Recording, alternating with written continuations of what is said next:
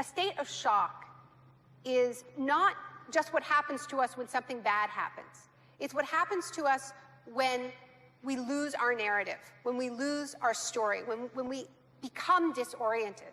What keeps us oriented and alert and out of shock is our history.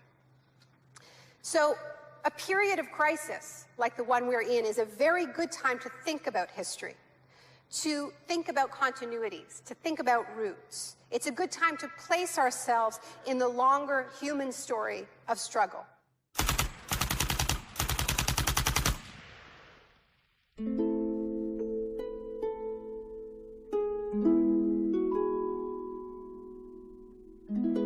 The story begins on June the 1st, 1951, when representatives of Western intelligence agencies secretly met with academics at Montreal's Ritz-Carlton Hotel. This meeting contributed to military-funded research into the effects of sensory deprivation at McGill University. Sensory deprivation really is a way of producing extreme monotony. It causes loss of critical capacity. The thinking is less clear. The subject complains that he can't even daydream. When you have college students that can't daydream, they're in a bad way. I began to think while we were doing our experiments that it's possible that something that involves physical discomfort or even pain might be more tolerable than simply the deprivation conditions that we studied. Hebb decided to stop work on the research. But I had no idea when I suggested that what a vicious weapon, potentially vicious weapon, this could be. These are the days and hours are the occasion. But experiments at McGill continued under the ambitious head of psychiatry, Dr. Ewan Cameron. What he did was much more than what we had done. We did our work strictly with the understanding that the subject could get up and walk out at any point he wished to, and some of them did. Cameron's patients were not so lucky. The Allen Memorial Institute, where he worked, began to resemble a macabre prison, where Cameron performed bizarre experiments on his psychiatric patients. Cameron wanted to de-pattern or wipe clean his patient's mind, so he could rebuild them from a blank slate. Janine Huard was a young mother of 4, suffering from postnatal depression. I used to shiver when they told me about, you're going to get a shock treatment tomorrow. I used to shiver. I was so scared of it.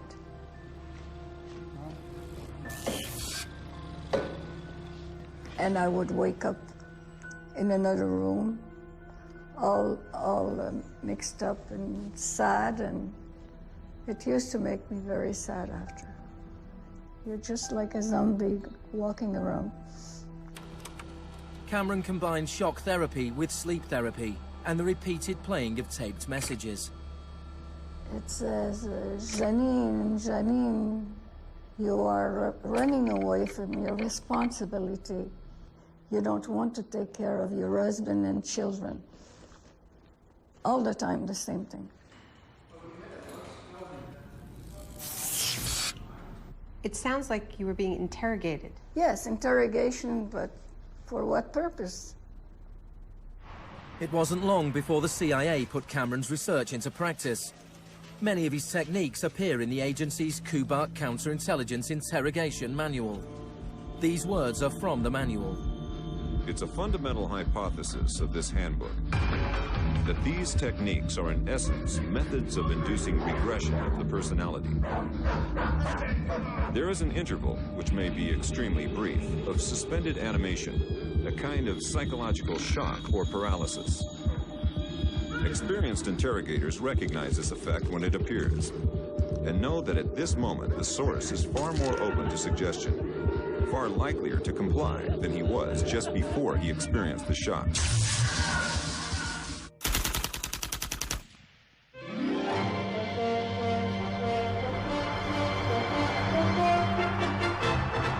At the same time as Ewan Cameron was conducting his experiments in Montreal, an exponent of another kind of shock was working not so far away. Milton Friedman was teaching economics at the University of Chicago. He believed economic shock therapy could encourage societies to accept a purer form of deregulated capitalism. In October 2008, in the midst of the biggest financial crisis since 1929, Naomi Klein went to the University of Chicago to talk about Milton Friedman. When Milton Friedman turned 90, the Bush White House held a birthday party for him. And everyone made speeches, including George Bush.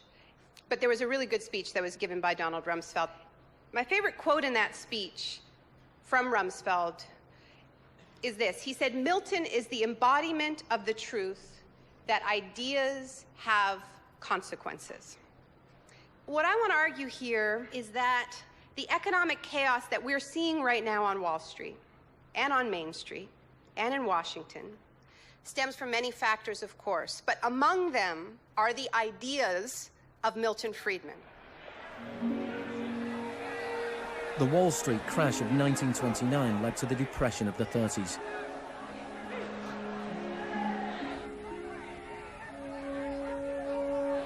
Central to Friedman's thesis was his opposition to the New Deal, announced by President Franklin Roosevelt in his inaugural speech. Our greatest primary task is to put people to work. This is no unsolvable problem if we face it wisely and courageously. Let me assert my firm belief that the only thing we have to fear is fear itself. Influenced by the economist John Maynard Keynes, Roosevelt started a program of public employment to get people back to work. Today, depression is a fading memory. Millions of men and women have found employment, and with it, confidence and hope. It wasn't that simple. The Depression lasted into World War II. But after the war, the Marshall Plan spread Keynes's model of government regulation and intervention to Europe.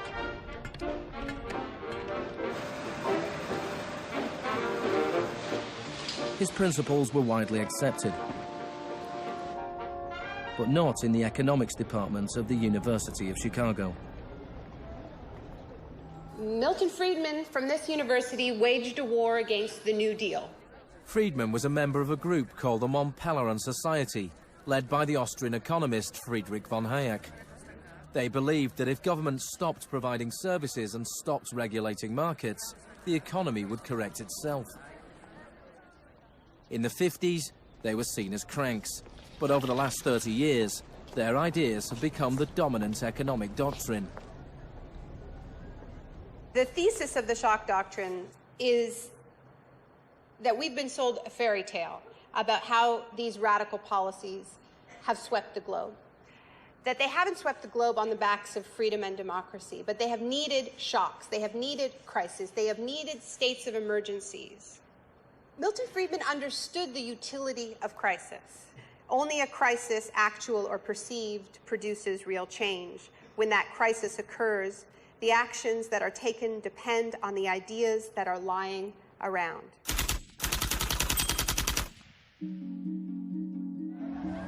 It was in Chile that Friedman's disciples first learned how to exploit a large-scale shock or crisis. Usually the official storytellers of neoliberalism, the official publicists, don't even mention Chile. They start the story with Thatcher and Reagan because it's much more flattering that way. In the 50s and 60s, Chile's progressive developmental policies were a beacon in the region. The government invested in health, education, and industry. American corporations were worried their investments would suffer. In response, the US State Department began sponsoring students from Chile and the rest of South America to study free market economics with Milton Friedman. The University of Chicago had a joint arrangement with the Catholic University of Chile, under which a great many Chilean students came to the University of Chicago, were trained by us, and received PhDs. These students went back and taught in Chile. The Catholic University Economics Department in Santiago became a little Chicago school. Arnold Harberger, the economist in charge of the program, described himself as a seriously dedicated missionary. In 1970, Salvador Allende's Popular Unity government won the election on a platform of nationalization of large sectors of the economy. Chile's phone company was majority owned by the US corporation ITT. It spearheaded attempts to stop Allende becoming president. It had the support of Richard Nixon in the White House. I was not there, but I can tell you what we now know to be a fact. He ordered the CIA to prevent Allende from assuming the presidency. And indeed, they tried to get me to lean on the Chilean military right after Allende was elected. Despite the efforts of the CIA, Allende was sworn in as president.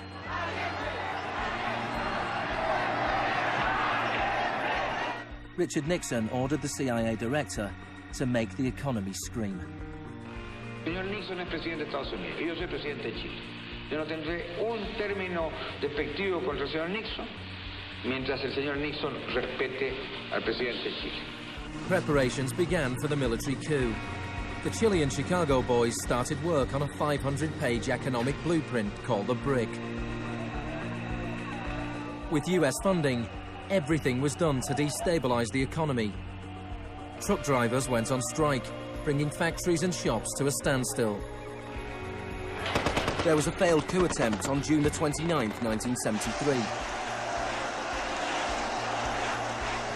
And then on September the 11th, with General Pinochet leading the army, the assault began on the presidential palace.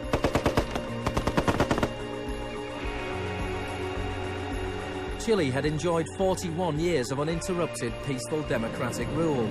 Now it was being violently overthrown. Pinochet and his supporters described the coup as a war. It was certainly designed to look like one. It was a Chilean precursor to shock and awe.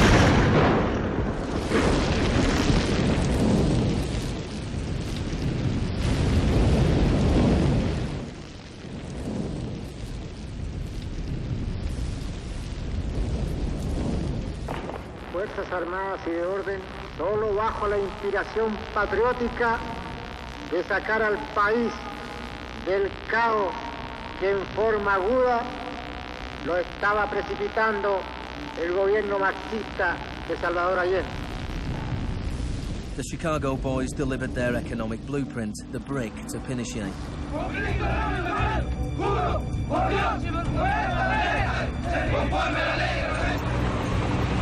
In the days that followed, more than 13,000 opponents were arrested and imprisoned.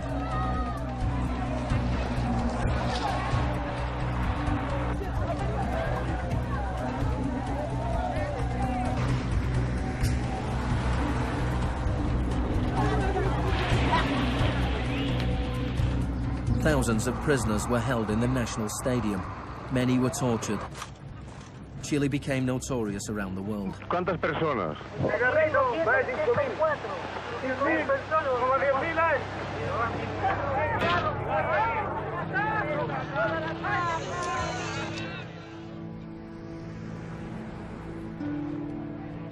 At the beginning of November, 5,000 prisoners were released. The 900 they left behind were transferred to other detention centers.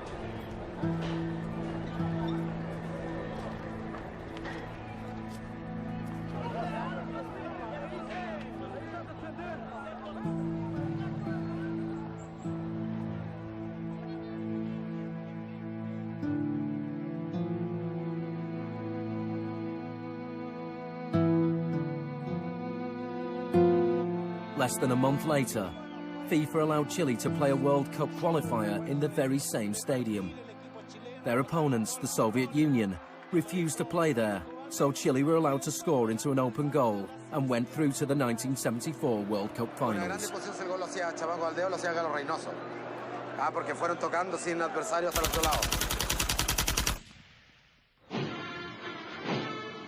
With the population in shock, Pinochet imposed the policies recommended by the Chicago Boys. Removal of price controls, the sale of state companies, the removal of import barriers and cuts to government expenditure. Friedman later openly acknowledged the importance of the Chilean experiment.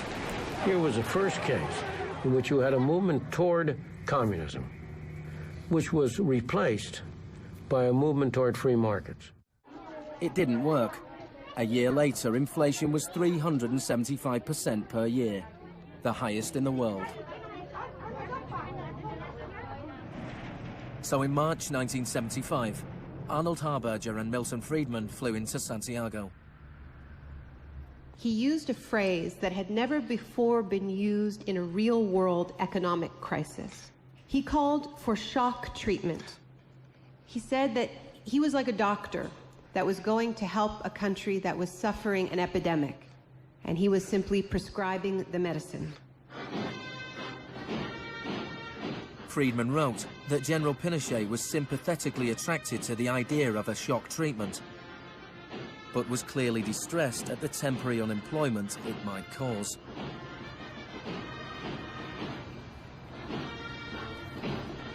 It rapidly became clear that Friedman's economic policies benefited the wealthy at the expense of the poor. It was calculated that a family trying to live on the average wage had to spend 74% of its income on bread.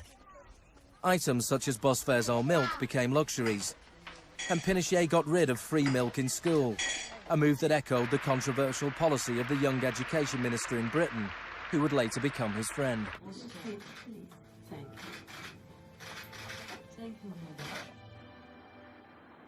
In order to enforce these economic policies, there had to be an enemy to fear. Tampoco creo que se haya triunfado totalmente sobre el marxismo. El marxismo es como un fantasma. Cuesta mucho tomarlo. Mejor dicho, no se puede tomar.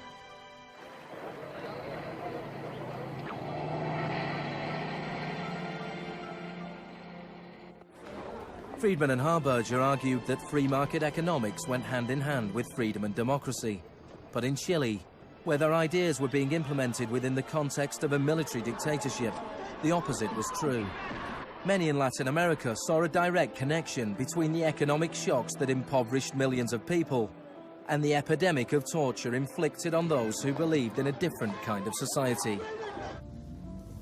One of those was Orlando Letelier. Letelier had been Allende's ambassador in Washington. He spent a year in one of Pinochet's prisons before being exiled back to America. In 1976, Letelier wrote, "The economic plan has had to be enforced, and in the Chilean context, that could only be done by the killing of thousands, the establishment of concentration camps all over the country, and the jailing of more than 100,000 persons in 3 years."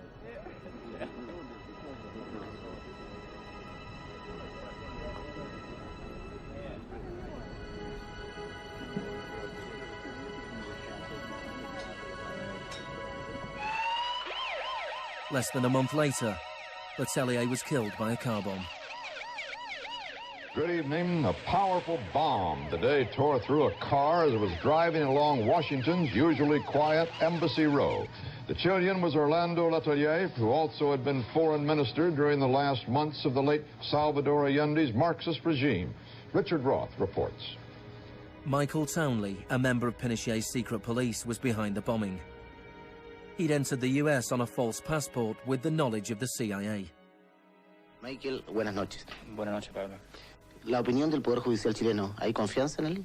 Mira, yo confío plenamente en la justicia chilena como patriota y luchador antimarxista y juntista por sobre todas las cosas.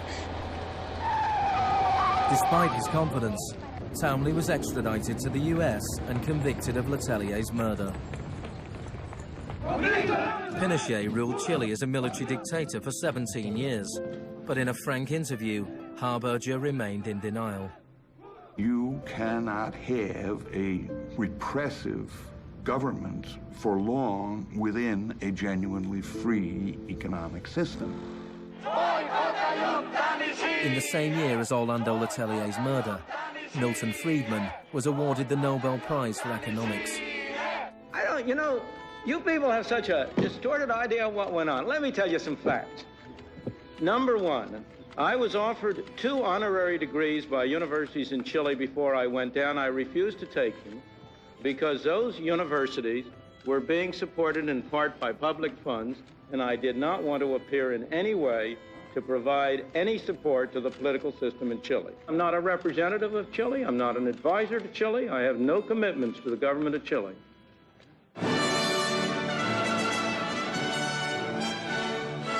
I now turn to you, Professor Milton Friedman.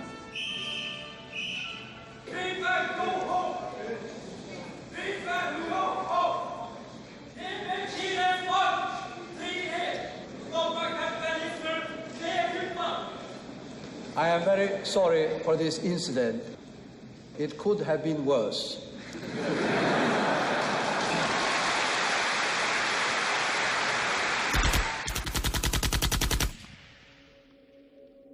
What I'm trying to do in the shock doctrine is tell an alternative history of how this savage stream of pure capitalism that we've been living, capitalism unrestrained, came to dominate the world.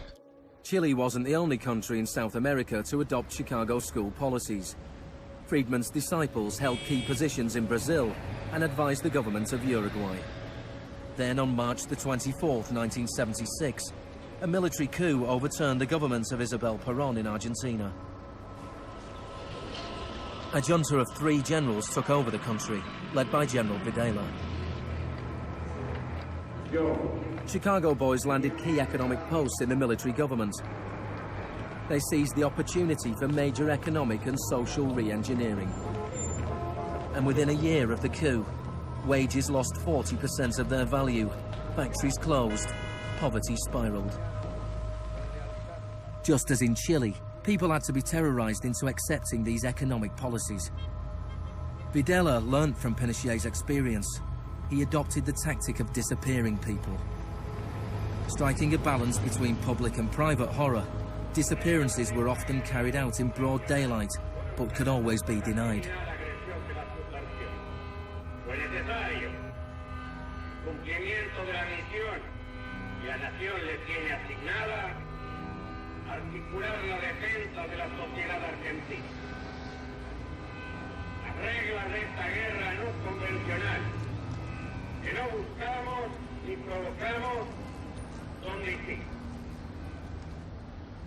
Many of the techniques used by the Chilean and Argentinian military had been learnt in the US-run School of the Americas. Torture techniques taught, from rape to derobing to torture with pointed objects, breaking of extremities, poking eyes out, branding. In Latin America, there are various regimes which at the moment are abusing human rights. Political murder, torture, deportations, imprisonment without trial, using the techniques they may have learned in this establishment. You may be right. If you can say that the skills which we've taught here have been applied, I can't deny that. The use of torture of a known enemy soldier to gain some kind of military advantage, I think, is justifiable and smart. To go beyond that, to use torture techniques merely to intimidate people is completely wrong, unethical and immoral. But in Argentina and Chile, these techniques were not used just on soldiers or terrorists. They were used on students and union members. They were used on anyone who opposed the free market economic policies of the regime.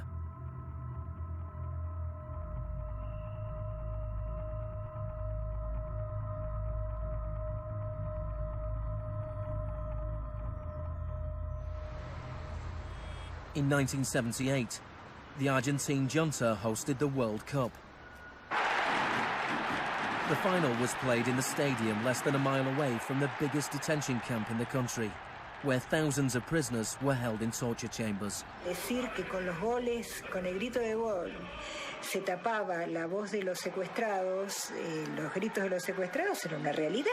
Organización extraordinaria, miles y miles de banderas, miles y miles de gargantas enronquecidas, 25 millones de argentinos que tienen un solo color, el celeste y blanco. El fútbol ha hecho el milagro del país, de este maíz maravilloso que nos siguen atacando aquellos que... And Argentina took their terror regime one step further than Chile. Among the disappeared were hundreds of pregnant women. Women who were allowed to give birth before being murdered. De todas aquellas mujeres que estaban embarazadas, les permitieron tener a sus hijos para una vez que nacieran, sacárselos. Y eso sucedió con 500. Yo soy uno de esos 500.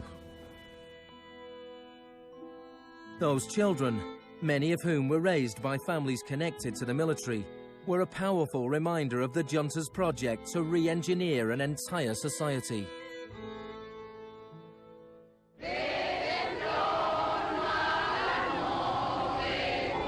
While the junta was still in power, a group of mothers and grandmothers of the disappeared started to protest in the Plaza de Mayo.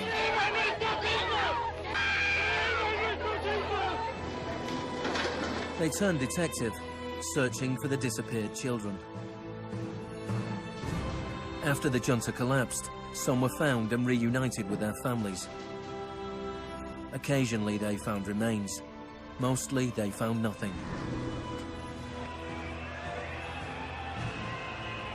General Videla was found guilty of murder, kidnapping and torture.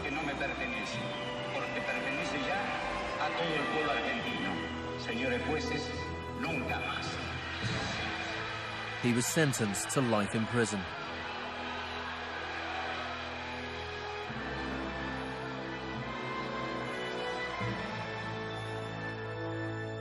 Now, these early experiments in Latin America presented Friedman and his cohorts with a serious ideological problem. Friedman had promised that these policies would not just make the elites richer, but that they would create the freest possible societies, that this was a war against tyranny, that capitalism and freedom went hand in hand. Yet here we see that in the 70s, the only countries putting these ideas into practice were military dictatorships. Nixon had fully supported imposing these types of brutal free market policies in South American dictatorships. But when it came to domestic economic policy in the United States, where Nixon had to worry about getting reelected, it was a very, very different story.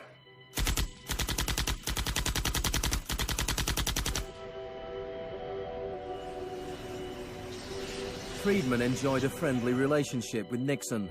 Several of his Chicago school colleagues and disciples were recruited to work for the government. Donald Rumsfeld was one of them. So help me God. Congratulations. Thanks. But in 1971, with the economy in a slump, Nixon turned his back on Friedman's ideas and imposed a wage and price control policy. He put Rumsfeld in charge. Which is essentially a problem of supply and demand. I have for long been opposed to the wage and price control. I believe it involves government intervention with the freedom of individuals. I think it's intolerable. The Keynesian policy was a success, and Nixon won a second term with a landslide majority. It was a blow for Friedman. Then in 1979, Margaret Thatcher was elected Prime Minister of Britain. Her intellectual guru was Milton Friedman's old mentor, Friedrich von Hayek. And just over a year later, Ronald Reagan was elected President of the United States. Both Britain and America were now ruled by unabashed Freemanites. Margaret Thatcher's program when she came in had 4 planks. Cut government spending, cut tax rates, reduce government ownership and operation of industries or regulation of industry, and have a moderate and stable monetary policy to bring down inflation. Within her first 3 years in office, unemployment doubled in parts of the economy, leading to waves of strikes. Thatcher's personal approval rating slumped to 25%. There were riots in Britain's major cities. Even Margaret Thatcher's admirers had their doubts. The economic performance of the Thatcher government has been mixed.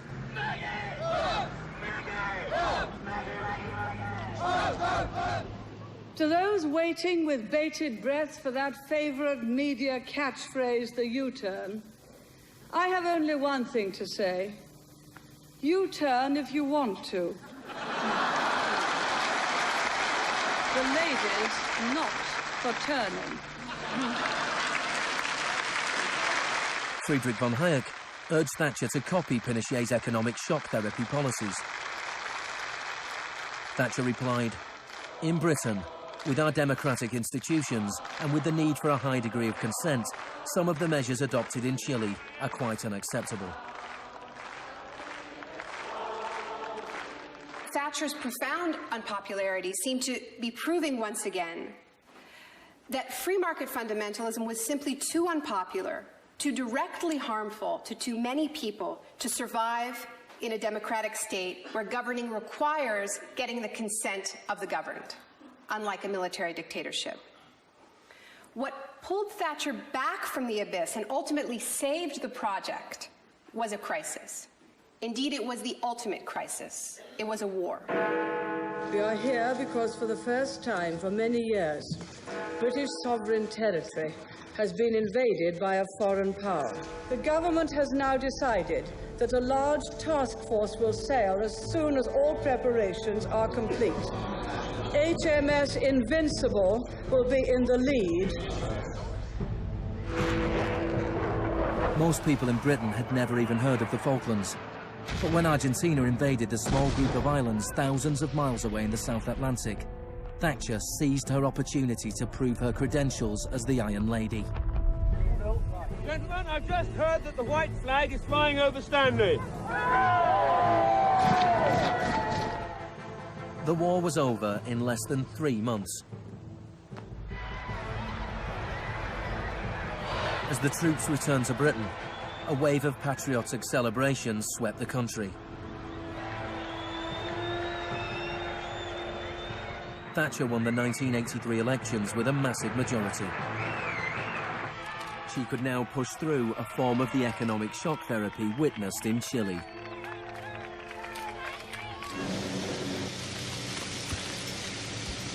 The most powerful union in Britain was the National Union of Mine Workers.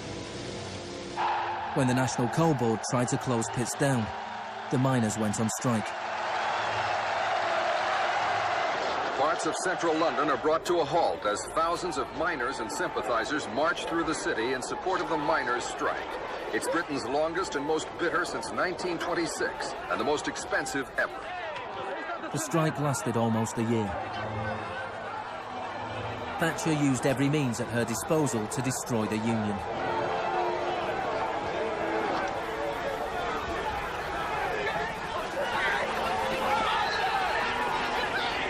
Eventually, the miners were defeated. Thatcher used this victory to bring the Chicago School Revolution to Britain. A series of glossy commercials promoted a massive program of privatizations. Thatcher sold off the steel industry, water, electricity, gas, telephones, airlines, oil. Public housing was sold off. Council services put out to tender. In 1986, financial and banking services were deregulated. It was called the Big Bang. No one here tonight needs reminding that the Big Bang is only a beginning. In Britain, before Thatcher, a CEO earned 10 times as much as the average worker. By 2007, they earned more than 100 times as much.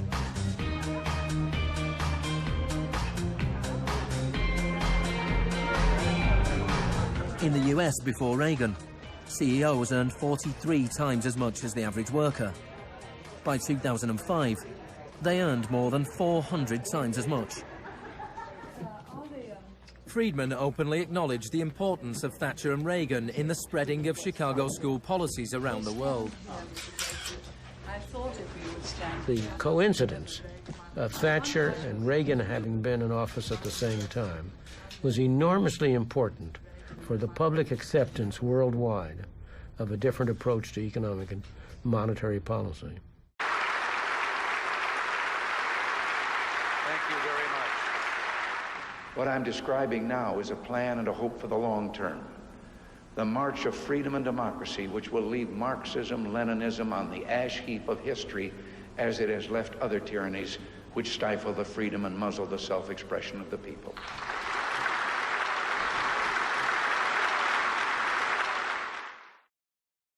Now, we all know the fairy tale about the fall of communism, that the West under Reagan and Thatcher looked so prosperous to the people of the former communist bloc that they themselves demanded radical free market policies. Now, this really is a fairy tale. It is true that people who had been living under authoritarian communism genuinely wanted democracy. And it's also true that people wanted to be able to go out and buy blue jeans and have Big Macs. That is true. But that does not mean that they wanted the kind of Wild West capitalism of oligarchs gone mad and no social protections that so many Eastern Bloc countries actually ended up with and suffer under to this day. Thatcher had done everything she could to break the power of the unions in Britain. But in 1988, she went to Poland to show her support for the workers' union Solidarity. How do you see the process from where you are now to where you want to be? Strikes in Poland led to Solidarity being allowed to contest a general election in June 1989. This triggered a wave of demonstrations throughout Eastern Europe.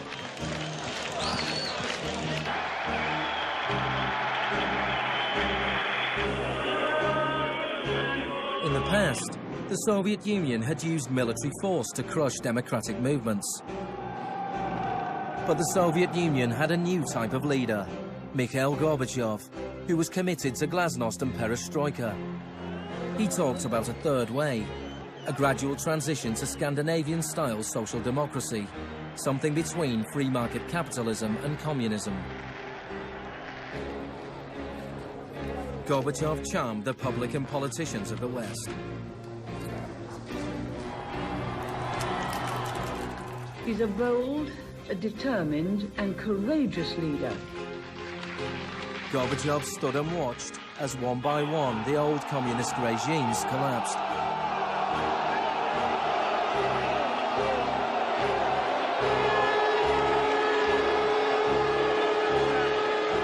At the end of the year, the most famous symbol of the division of Europe came tumbling down.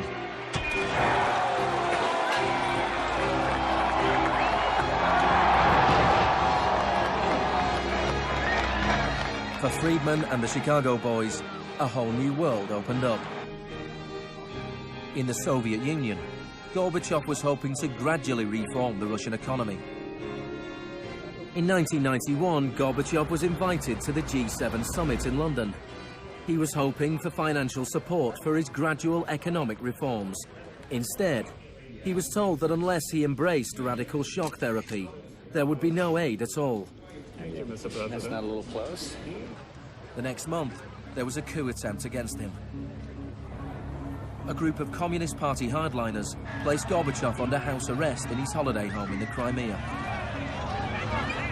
Tanks surrounded the White House, the Russian parliament.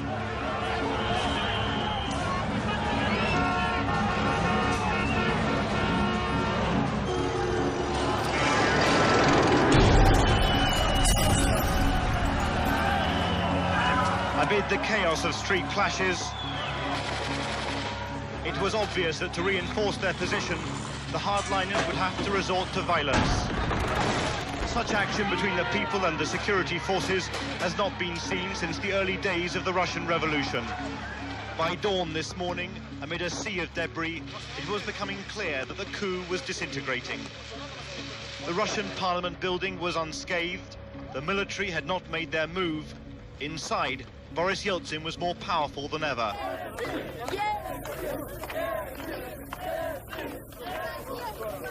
This was Yeltsin's finest hour.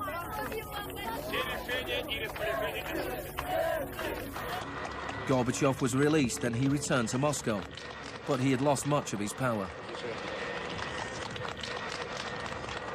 Я выражаю признательность за принципиальную позицию россиянам, президенту России Борису Николаевичу Ельцину. In December 1991, the Soviet Union was dissolved, a profound shock for the Russian people. Yeltsin was now in charge of economic policy for the Russian Federation. The free market came to Russia. There was chaos. The adoption of Chicago school policies in Russia marked the beginning of a new chapter in the free market crusade. It was all shock, no therapy.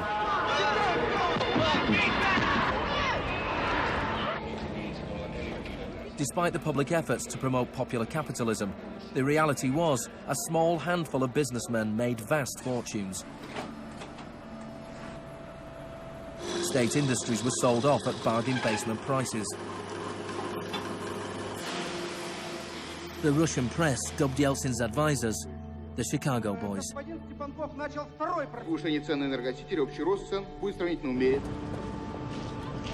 Yeltsin's shock therapy meant that in 1992, the average Russian consumed 40% less than in 1991. A third of Russians fell below the poverty line, and wages weren't paid for months. One expert today predicted 140 million Russians will soon be living below the poverty line. Corruption was rife. Organised crime boomed. Moscow became the new Wild West.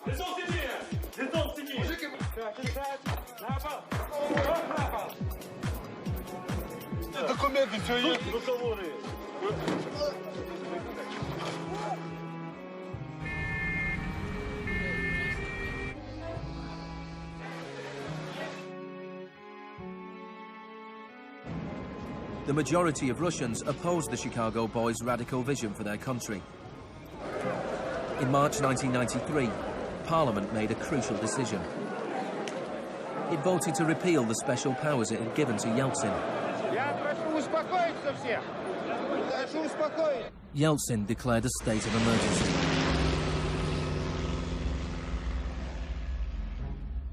The Constitutional Court ruled that it was illegal.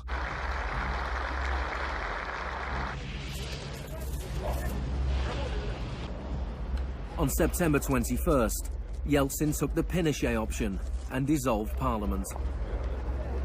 Сегодняшнего дня прерывается осуществление законодательной, распорядительной и контрольной функций съезда народных депутатов.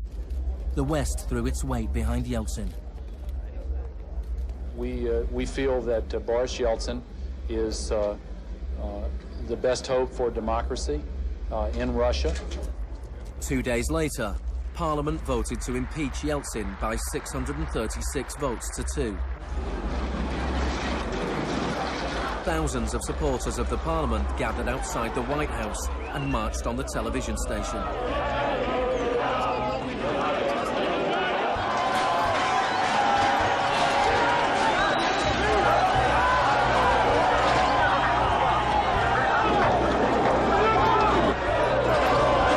It looked like the supporters of Parliament were winning.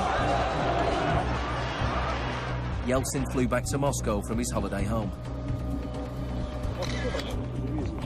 That night, 100 demonstrators were killed as the Yeltsin authorities fought back.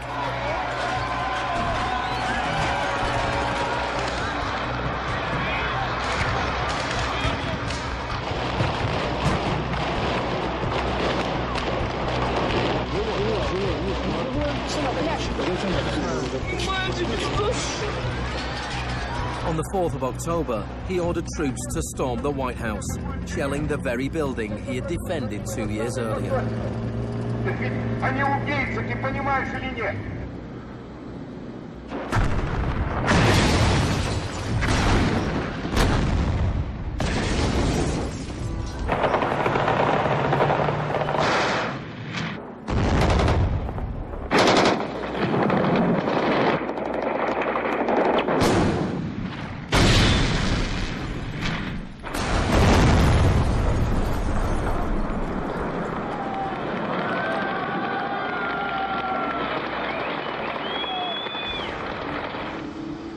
Warren Christopher, the US Secretary of State, said, "The United States does not easily support the suspension of parliaments, but these are extraordinary times."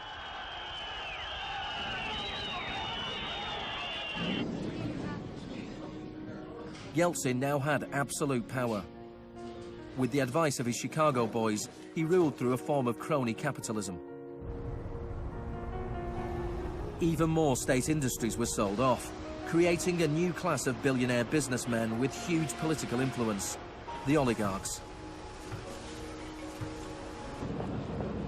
By 1998, 80% of Russian farms were bankrupt and 70,000 state factories were closed. In 8 years, the number of people living in poverty increased by 72 million. Meanwhile, Moscow would go on to have more billionaires than any other city in the world.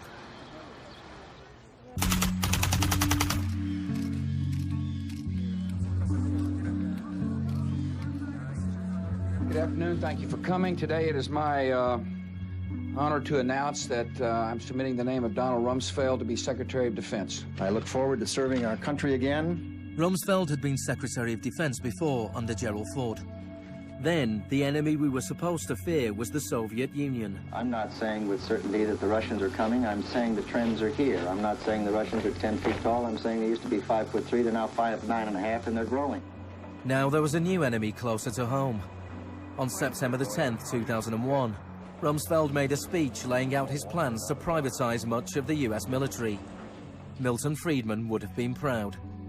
He said, "The topic today is an adversary that poses a threat. A serious threat to the security of the United States of America.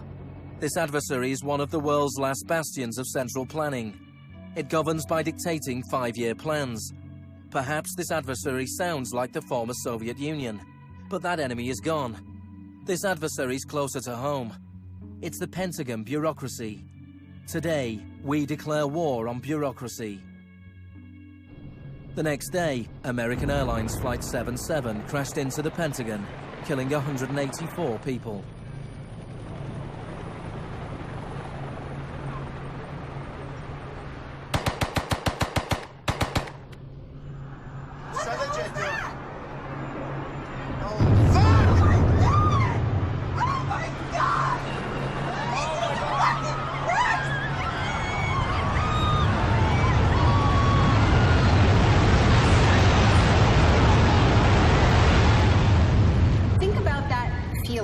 After those attacks. Who are these people? Where did they come from? Why do they hate us? There was a total loss of collective narrative. We were not living in the world that we thought we lived in. And we kept hearing from our political leaders that everything we thought we understood before the attacks no longer applied. There was a new phrase, pre-9/11 thinking. And what happened in that moment is that suddenly news stories sort of magically appeared. That we were in a clash of civilizations. That's the world that we suddenly lived in. That there was an axis of evil, and that we were fighting a war against terror. This abstract, unwinnable war has had huge economic consequences. Before 2001, Homeland Security barely registered as an industry. Today, it is bigger than Hollywood and the music industry combined. Between September the 11th, 2001 and 2006, the Department of Homeland Security handed out $130 billion to private contractors. This is the disaster capitalism complex, a new economy built on fear. This will be a monumental struggle of good versus evil. The best defense against terror is a global offensive against terror, wherever it might be found. The first phase of this war was the bombing of Afghanistan.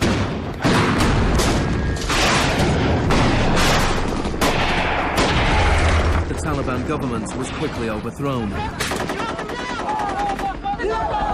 The aftermath of the war was more complicated. Our fight against terrorism began in Afghanistan, but it will not end there. We're primarily looking at detainees that we can use. We're collecting intelligence.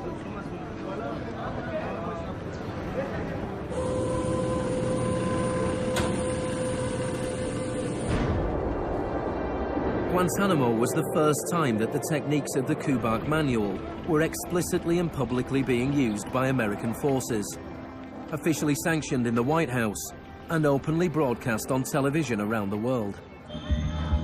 Isolation, both physical and psychological, must be maintained from the moment of apprehension.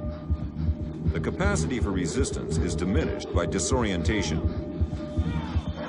Prisoners should maintain silence at all times.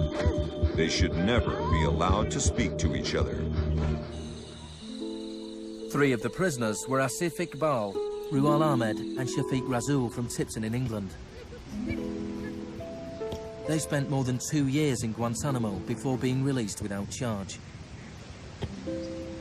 Mentally, yeah, you couldn't speak to nobody, you couldn't do nothing, you couldn't stand up. And just sitting there, you'd be in your thoughts all the time thinking, what the hell's going on, where the hell am I? And we're going to be staying here for the rest of our lives, and we're going to be going back home. Will we ever see our family again? Of the 779 prisoners that have been held in Guantanamo Bay, only 3 have ever been convicted of any offence.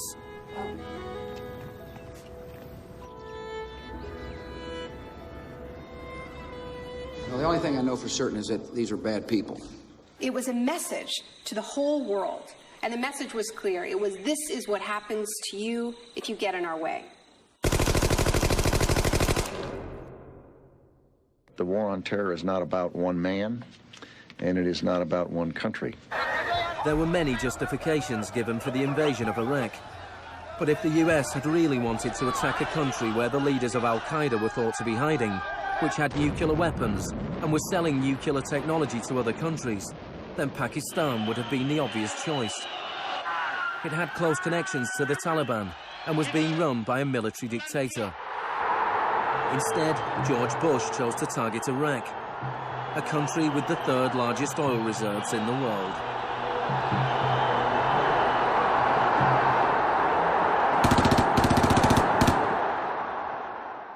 Now, about the Defense Department's war plan. It is not like that for the Gulf War. It's more along the lines of the Panama invasion of 1989. CBS News has been told it would start on what's called A-Day. A as in airstrikes. Airstrikes so devastating, they would leave Saddam's soldiers unable or unwilling to fight. The idea is to rain down the thunder so hard as to create, quote, shock and awe. If the Pentagon sticks to its current war plan, one day in March, the Air Force and Navy will launch between 300 and 400 cruise missiles at targets in Iraq. More than were launched during the entire 40 days of the first Gulf War. The sheer size of this has never been seen before, never been contemplated before. Harlan Ullman is one of the authors of the shock and awe concept, which relies on large numbers of precision-guided weapons. So that you have this simultaneous effect, rather like the nuclear weapons at Hiroshima, not taking days or weeks, but in minutes.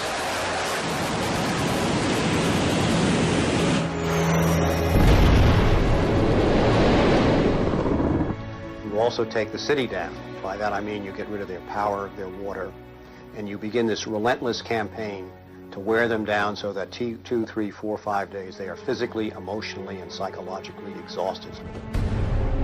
Last night, a square mile in central Baghdad seemed like hell on earth. During the first wave of the bombing, the citizens of Baghdad suffered a version of the sensory deprivation described in the Kubark Manual.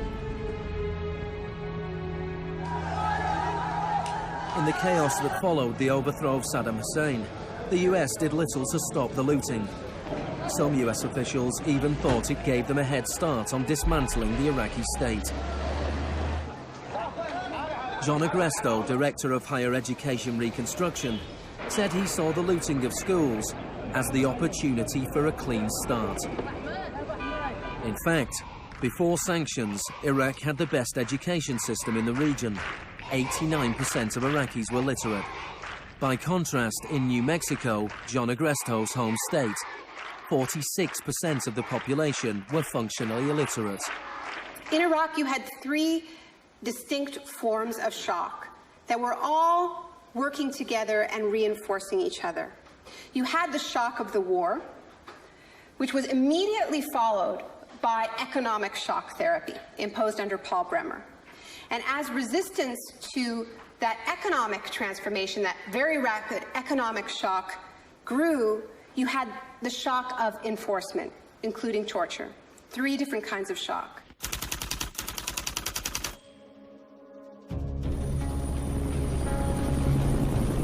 In May 2003, Paul Bremer was appointed US envoy to Iraq. 2 weeks after he arrived, he declared the country open for business.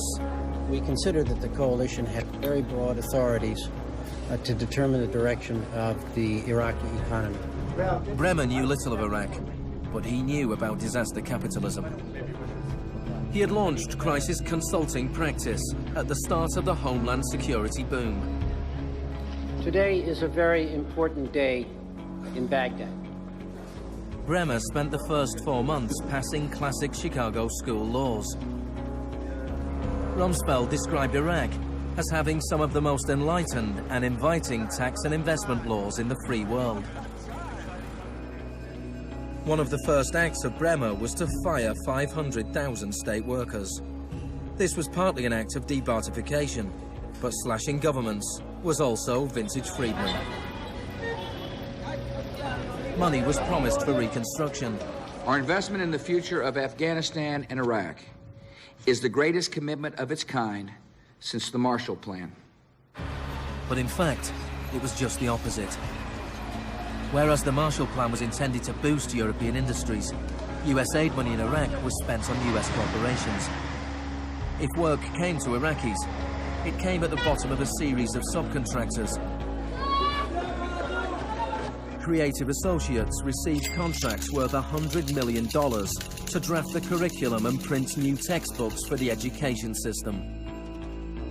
Management and technology consultant Bearing Point was awarded contracts worth $240 million to build a market-driven system in Iraq.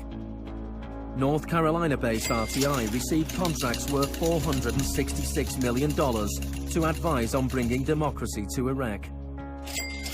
And Halliburton was awarded $20 billion in cost-plus Iraqi contracts. Parsons was handed $186 million to build 142 health clinics. Only 6 were ever completed. Basic electricity and water supplies hardly improved, despite billions being spent in the first 4 years. We're going to succeed here, and when we succeed here, we will have done something important, not just for 25 million Iraqis. We will have done something that serves Western interests in this whole region. Even the new Iraqi currency was printed abroad. Let me show you an example of these notes. The US even paid private contractors to monitor the work of the private contractors who won contracts.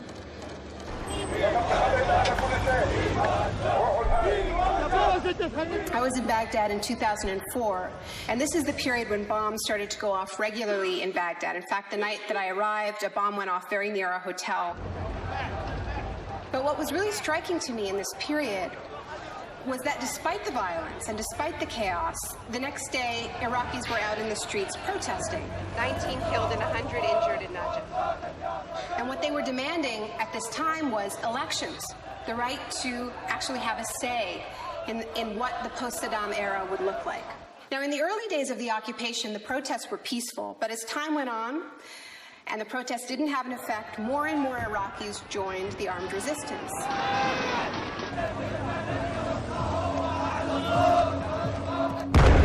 The violence spun out of control.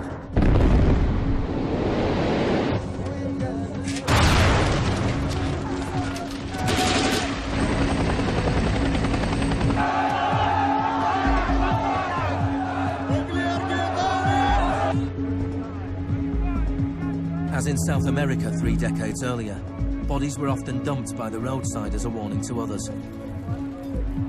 These were Iraq's disappeared.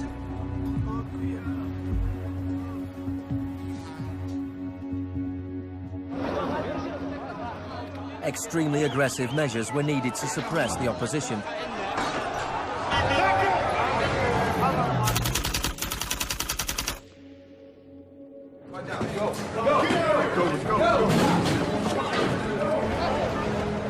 The first 3.5 years of the occupation, 61,500 Iraqis were captured. By spring 2007, 19,000 remained in custody. In prison, they were interrogated using techniques that could be traced to those devised by the CIA from Ewan Cameron's experiments in the 50s.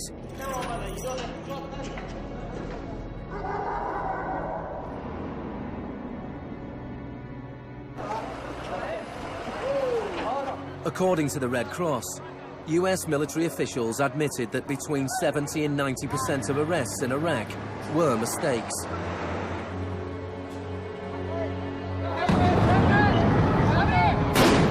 The chaos in Iraq seems like a defeat for shock therapy. But in Iraq, disaster capitalism moved on. Now the disaster itself provided the opportunity for profit.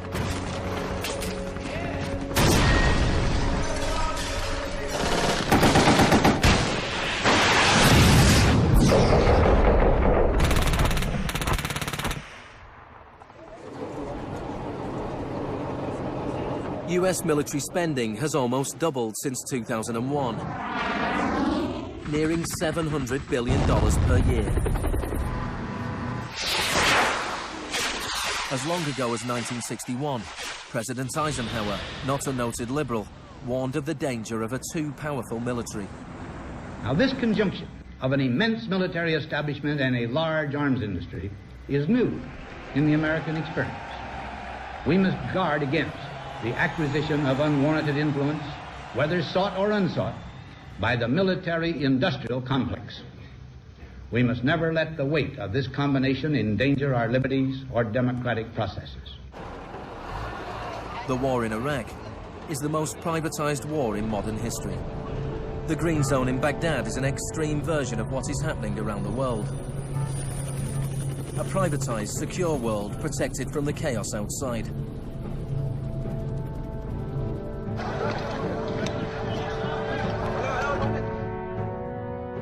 In 1991, in the First Gulf War, for every 100 soldiers, there was one military contractor. In 2003, at the beginning of the war in Iraq, for every 100 soldiers, there were 10 contractors. By 2006, for every 100 soldiers, there were 33 contractors. A year later, for every 100 soldiers, there were 70 contractors. By July 2007, there were more contractors than soldiers in Iraq. This was going beyond what even Milton Friedman had dared to hope. The only things I would not denationalize are the armed forces, the courts, and some of your roads and highways. One of the most high-profile contractors was Blackwater USA. During the April 2004 uprising in Najaf, Blackwater assumed command over US Marines. Dozens of Iraqis were killed during the operation. The US had indemnified the private contractors against any Iraqi laws, so they were operating in a law-free bubble, a little like Guantanamo. I asked your Secretary of Defense a couple months ago what law governs their actions. Mr. I was Rumsfeld... going to ask him. Go ahead.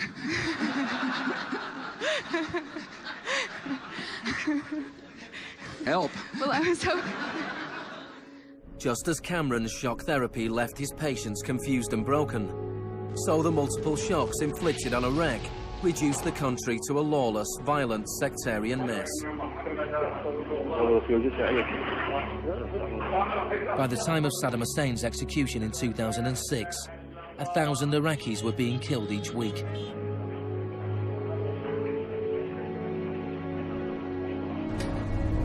By April 2007, the United Nations High Commission for Refugees estimated 4 million people had had to leave their homes. Hundreds of thousands of Iraqis had died. I think the historians will write very clearly that we did a great and noble thing here.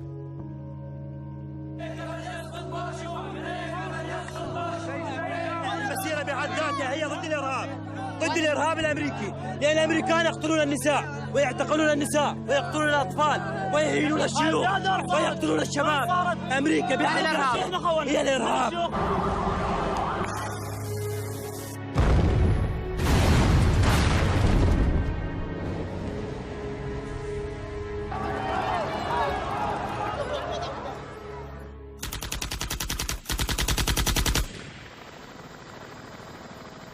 When Hurricane Katrina hit New Orleans in August 2005, the world was shocked to witness a sort of disaster apartheid.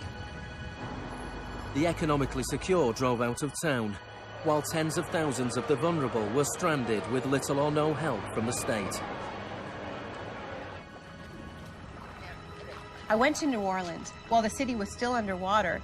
And what I saw was that what I had witnessed in Iraq was repeating, not in the aftermath of a war, but in the aftermath of a tremendous natural disaster. Milton Friedman died in 2006. His very last piece of public policy recommendation was an op-ed he wrote for the Wall Street Journal 3 months after Katrina. He said, most New Orleans schools are in ruins, as are the homes of children who have attended them. The children are now scattered all over the country. This is a tragedy. It is also an opportunity to radically reform the education system. He was advocating the wholesale privatization of the school system of this city. It was his sort of swan song.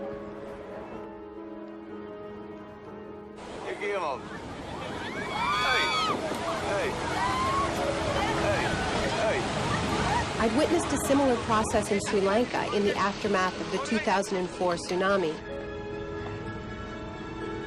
People who lived on the beaches for generations were prevented from returning so that the land could be privatized and sold off to luxury hotels.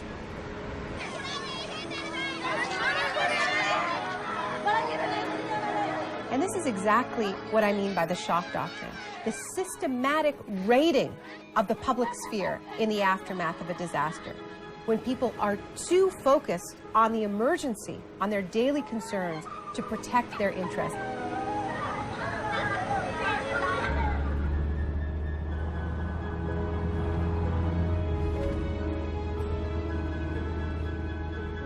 Maybe the first act of resistance is to refuse to allow our collective memory to be wiped. In 2008, Naomi Klein visited Villa Grimaldi with Isabel Morel, the widow of Orlando Letelier. Villa Grimaldi is a memorial to the cruelty of the Pinochet regime and to its eventual defeat. Villa Grimaldi fue el principal centro de tortura mientras se buscaba implementar la política de shock económico. Esta es la que tú señalas en el libro como las casas de uno por uno donde estaban los detenidos en Villa Grimaldi. It's not that I loved Pinochet, but I think that he was our teacher in many things. We learned about evil.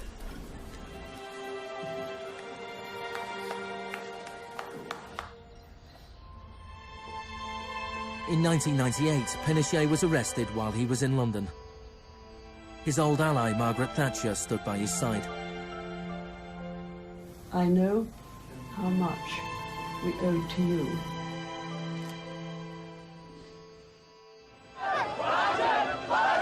It took 30 years for the economic experiment originally test-driven by Pinochet to make its way around the globe to Iraq. But the similarities between past and present are startling. Between Pinochet's concentration camps and Bush's Guantanamo detention center. between the disappeared in Chile and those in Iraq, between the experiments of Ewan Cameron and the torture meted out on the prisoners of Abu Ghraib. These are the days and hours. He erased all the past. That's why he gave electroshocks.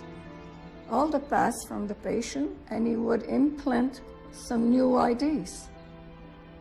But Janine resisted. In 1988, the CIA agreed to pay compensation to Janine and other victims of Ewan Cameron's experiments. Janine, are you proud that they tried to break you and that you have fought so hard and won? In a way, I am. In a way, I am. Because I must have some willpower seeds in me. It is very, very hard to fight a government. People would tell me, Janine, you don't fight a government. What's the matter with you? They're too big. But I had faith that we would win.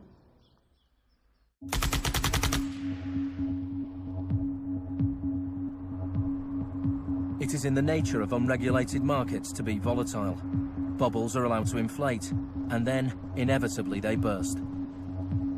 Since the deregulation of the Big Bang in the 80s, there have been a number of market shocks. In 1987, there was Black Monday. Markets fell spectacularly. It was the largest one-day percentage decline in stock market history. In 1992, there was Black Wednesday, when currency speculators made fortunes betting against the pound. In 1997, there was the Asian contagion. In 1 year, $600 billion disappeared from the stock markets of Asia.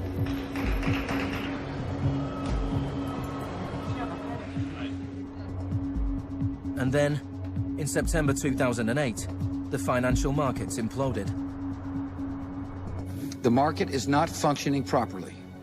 There has been a widespread loss of confidence.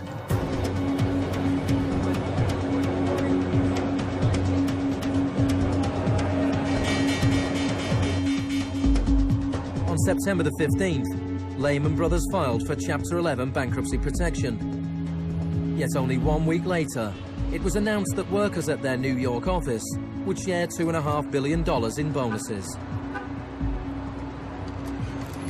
It is estimated that Wall Street firms paid $18.4 billion in bonuses last year, the year of the crash. Despite the torrent of populist rhetoric about taking on the fat cats and standing up for the little guy and saving Main Street, not Wall Street, we are witnessing a transfer of wealth of unfathomable size.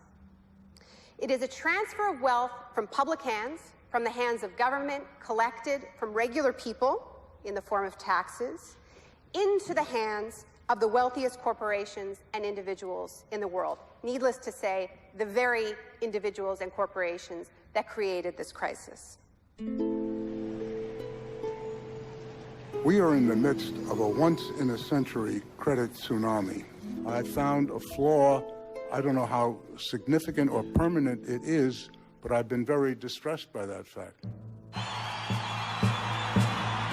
In the United States, it was the financial crisis that secured Obama's victory. Americans wanted to change course. Hello, Chicago! This crisis is clearly understood by almost everyone as being the direct result of this particular ideology of deregulation and privatization. The scale of the crisis offers the hope of change. The shock doctrine as a strategy relies on us not knowing about it for it to work.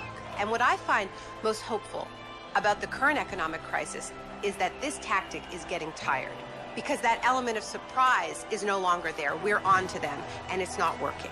We're becoming shock resistant. The last time the world suffered a financial crisis as severe as this, people turned to the Keynesian policies of the New Deal. Let me assert my firm belief that the only thing we have to fear is fear itself. More than 1 million people came to Washington to hear Obama's inauguration speech. Many journalists made comparisons with FDR. Now, there's been a lot of talk recently about comparing Obama to Franklin Delano Roosevelt. So I want to talk a little bit about FDR, because there's a great FDR story, and it could be an apocryphal one, about when he would be visited by some progressive organization or a union, and they would be proposing some new progressive policy that they wanted to be part of the New Deal. And he would hear them out, and he would listen to them, and then at the end he would say, "Now go out there and make me do it." And they did. In 1937, which was a pivotal year for the New Deal, do you know how many strikes there were in this country? 4,740 strikes, lasting an average of 20 days. Do you know how many strikes there were in 2007? 21. Now, the other reason to remember this history of struggle is that it tells us something very important, something that we need to remember at this moment when so much is at stake. It teaches us that if we want responses to this economic crisis that leave us with a world that is healthier, that is more just, that is more peaceful, we are going to have to go out there and make them do it. Thank you.